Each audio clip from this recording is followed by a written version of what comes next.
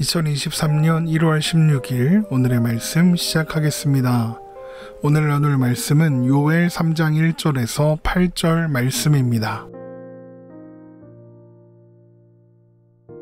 보라, 그날 곧 내가 유다와 예루살렘 가운데에서 사로잡힌 자를 돌아오게 할 그때에 내가 만국을 모아 데리고 여호사밧 골짜기에 내려가서 내 백성 곧 내 기업인 이스라엘을 위하여 거기에서 그들을 심문하리니 이는 그들이 이스라엘을 나라들 가운데에 흩어버리고 나의 땅을 나누었음이며 또 제비 뽑아 내 백성을 끌어가서 소년을 기생과 바꾸며 소녀를 술과 바꾸어 마셨음이니라. 두로와 시돈과 블레셋 사방아, 너희가 나와 무슨 상관이 있느냐? 너희가 내게 보복하겠느냐? 만일 내게 보복하면 너희가 보복하는 것을 내가 신속히 너희 머리에 돌리리니 곧 너희가 내 음과 금을 빼앗고 나의 진귀한 보물을 너희 신전으로 가져갔으며 또 유다 자손과 예루살렘 자손들을 헬라 족속에게 팔아서 그들의 영토에서 멀리 떠나게 하였음이니라. 보라, 내가 그들을 너희가 팔아 이르게 한 곳에서 일으켜 나오게 하고 너희가 행한 것을 너희 머리에 돌려서 너희 자녀를 유다 자손의 손에 팔리니 그들은 다시 먼 나라 스바 사람에게 팔리라. 여호와께서 말씀하셨느니라. 아멘. 하나님은 자기 백성들에게 하나님의 영을 부어주셔서 하나님을 아는 지식으로 충만하게 하실 겁니다. 그리고 그렇게 하나님의 영으로 인도하심을 받아 하나님을 아는 지식으로 충만해진 사람들은 구원이 오직 하나님께만 있음을 알고 하나님의 이름을 부르게 될 것이며 하나님은 그들을 구원하실 것입니다. 그러나 그들이 구원을 받는 이유는 하나님께서 그들을 부르시고 하나님의 영을 부어주셨기 때문이지 그들이 하나님의 이름을 불렀기 때문은 아닙니다. 그들이 하나님을 부를 수 있게 된 것은 하나님께서 그들을 부르신 결과이기 때문이죠. 그리고 이 일은 예수님께서 이 땅에 오셔서 죽으시고 부활 승천하신 후에 성령님이 강림하심으로써 성취되었습니다. 물론 하나님의 이름을 부르는 자들, 예수가 하나님이 보내신 메시아이시며 구원자이신 것을 알고 고백하며 그의 이름을 부르는 자들, 그래서 구원을 받고 성령을 선물로 받은 사람들도 여전히 세상에서 살아가야 합니다. 그런데 그렇게 살아가는 모든 날은 종말의 때 마지막 날이라서 피와 불과 연기로 가득할 것입니다. 그래서 이 세상은 결국에는 사라지고 말 것이며 그런 세상에서 마지막 때를 살아가야 하는 신자들은 치열하게 견디며 이기는 삶을 살아야 할 것입니다. 그러나 그 시간은 하나님의 영이 함께하는 시간이므로 우리는 능히 견딜 수 있고 이길 수 있습니다. 로마서 8장 37절입니다.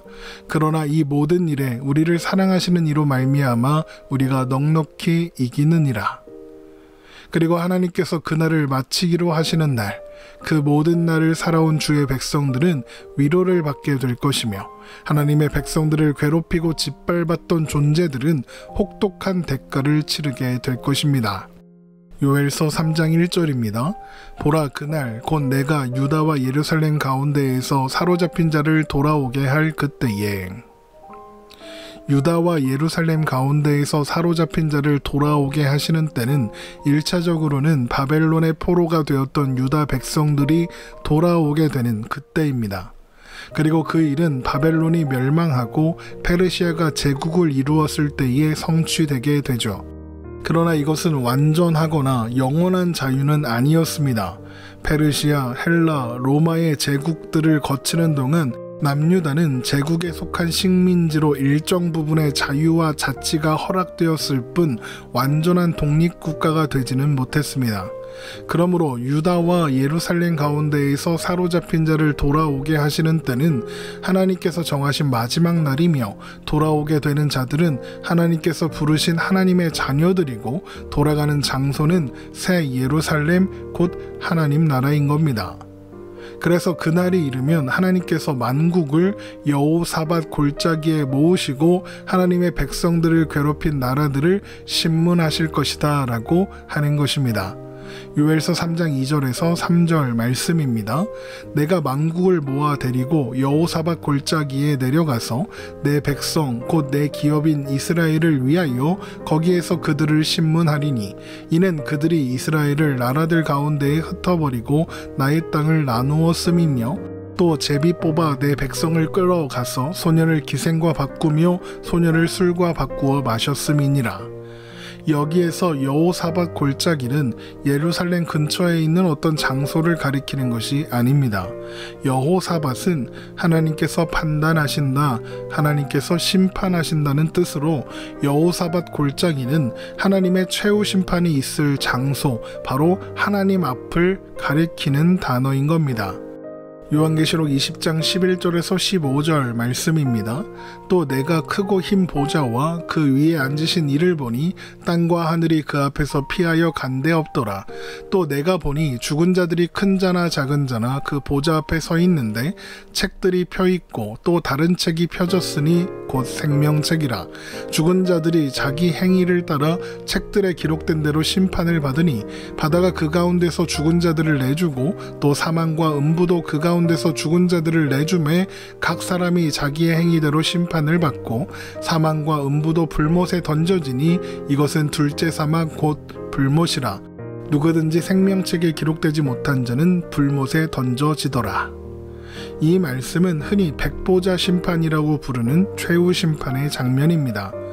하나님께서 생명책에 그 이름이 기록되지 못한 자들을 심판하사 불못에 던지시는데 그들은 모두 자신들의 행위대로 심판을 받게 됩니다. 바로 이 자리가 여호사밧 골짜기인 거죠. 하나님께서 심판하시는, 하나님께서 판단하시는 장소인 겁니다. 하나님은 그곳에서 하나님의 백성들을 핍박하고 괴롭힌 열방을 피고로 세우시고 재판을 진행하실 겁니다. 먼저 등장하는 것은 두로와 시돈, 블레셋입니다. 요엘서 3장 4절에서 6절 말씀입니다. 두로와 시돈과 블레셋 사방아, 너희가 나와 무슨 상관이 있느냐? 너희가 내게 보복하겠느냐?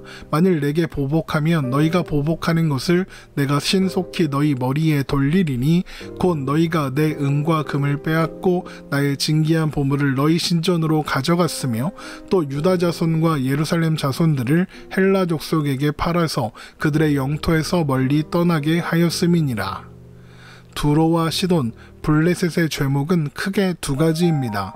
하나님의 은과 금과 보물을 빼앗아 그들의 신전으로 가져간 죄, 그리고 유다와 예루살렘 자손들을 헬라 족속에게 팔아 흩어놓은 죄입니다.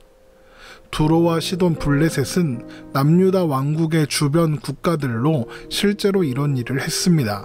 이스라엘이 아수르에 의해서 멸망할 때, 또 남유다가 바벨론에 의해서 멸망할 때 그들은 아수르의 편에 섰고 바벨론의 편에 서서 여러 가지 이득을 취했을 뿐만 아니라 약탈에 함께했으며 이스라엘과 남유다 백성들을 노예로 지중해 넘어 헬라에까지, 그리스까지 팔아넘겼습니다.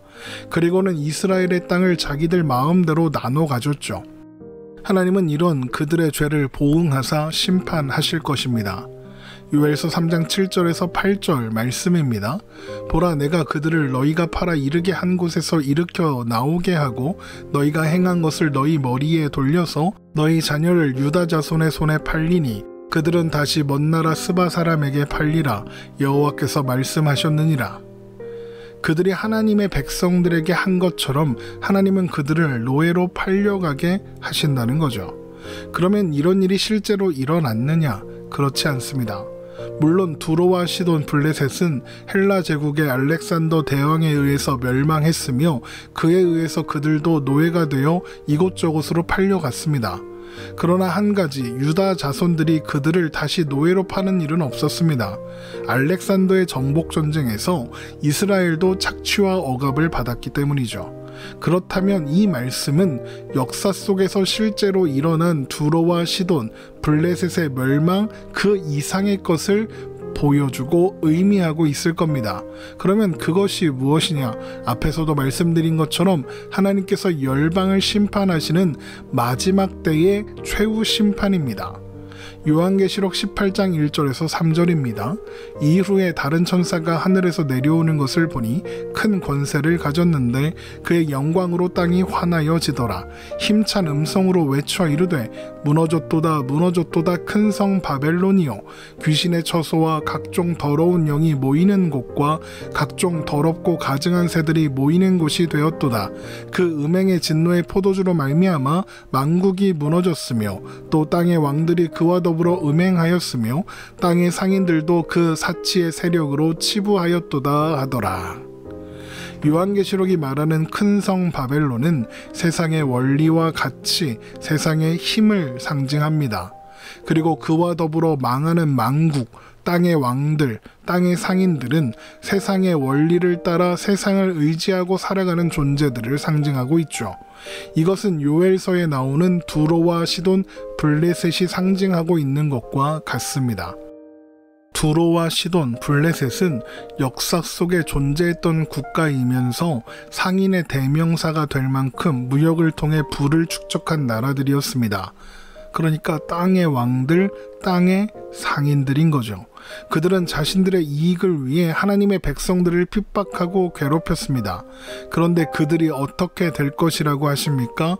하나님의 백성들을 핍박한 것에 대하여 하나님께서 보응하시겠답니다. 이것은 단순히 세상을 향한 심판의 선포가 아니라 세상으로 인해 피와 눈물을 흘려야 했던 하나님의 백성들에게 하나님께서 그들이 흘린 피를 보응해 주실 것이며 그들이 흘린 눈물을 닦아 주시겠다는 위로인 것입니다. 요한계시록 21장 4절에서 8절 말씀입니다. 모든 눈물을 그 눈에서 닦아주시니 다시는 사망이 없고 애통하는 것이나 곡하는 것이나 아픈 것이 다시 있지 아니하리니 처음 것들이 다 지나갔음이로라. 보좌에 앉으시니가 이르시되 보라 내가 만물을 새롭게 하노라 하시고 또 이르시되 이 말은 신실하고 참되니 기록하라 하시고 또 내게 말씀하시되 이루었도다. 나는 알파와 오메가요 처음과 마지막이라. 내가 생명수 샘물을 목마른 자에게 값없이 주리니 이기는 자는 이것들을 상속으로 받으리라. 나는 그의 하나님이 되고 그는 내 아들이 되리라. 그러나 두려워하는 자들과 믿지 아니하는 자들과 흉악한 자들과 살인자들과 음행하는 자들과 점술가들과 우상숭배자들과 거짓말하는 모든 자들은 불과 유황으로 타는 못에 던져지리니 이것이 둘째 사망이라. 하나님께서 이것을 통해 말씀하시는 것이 무엇이겠습니까? 세상은 하나님의 백성들을 괴롭힐 뿐 아무것도 줄 수 없으며 결국에는 무너져서 사라지게 된다는 겁니다. 그러므로 그런 세상의 힘과 원리와 가치를 사랑하거나 의지하지 말고 우리의 유일한 도움이시며 구원이신 하나님을 바라보고 의지하며 살라는 것입니다. 하나님께서 우리를 불러들이시는 날이 있을 겁니다. 그날 우리는 세상이 무너지는 것을 볼 것이며 하나님 앞에서 심판받게 되는 것을 보게 될 것입니다. 또한 우리는 새 예루살렘에서 삼위 하나님과 영원한 안식과 평안을 누리게 될 것입니다. 이것이 하나님께서 우리를 위해 준비하신 하나님의 땅, 하나님 나라입니다. 결국 요엘서는 결국에는 무너질 세상의 유혹과 핍박에 흔들리지 말며 하나님께서 완성하시고 자기 백성들을 불러들이시는 그 나라를 기대하며 바라보라고 말하고 있는 겁니다. 물론 이 약속은 1차적으로는 남유다 백성들을 향한 것입니다. 그래서 예수님께서 유다의 베들레헴에서 나시고 메시아로 활동하시다가 십자가에 죽으시고 부활하사 승천하신 것이며 그래서 바로 그곳 예루살렘에 성령님이 강림하심으로써 이 약속의 성취를 제일 먼저 보여주시는 겁니다. 그러나 이 말씀은 이제 우리를 향한 약속입니다. 예수 그리스도로 말미암아 구원을 받았고 그래서 성령을 선물로 받은 우리들이 바로 하나님의 땅을 유업으로 받을 진정한 예루살렘, 진정한 이스라엘, 진정한 하나님의 백성들이니까요. 우리는 비록 세상에 살지만 우리가 바라보며 살아야 하는 것은 하나님 나라입니다. 세상 소망이 다 사라져가도 우리에게는 하늘 소망이 있습니다. 그래서 우리는 살 수 있고 견딜 수 있으며 이길 수 있습니다. 오늘도 우리를 사랑하사 우리를 넉넉히 이기게 하시는 하나님을 바라보며 하나님께서 주시는 충만한 평안을 누리며 살아가는 우리가 되기를 주님의 이름으로 축원합니다.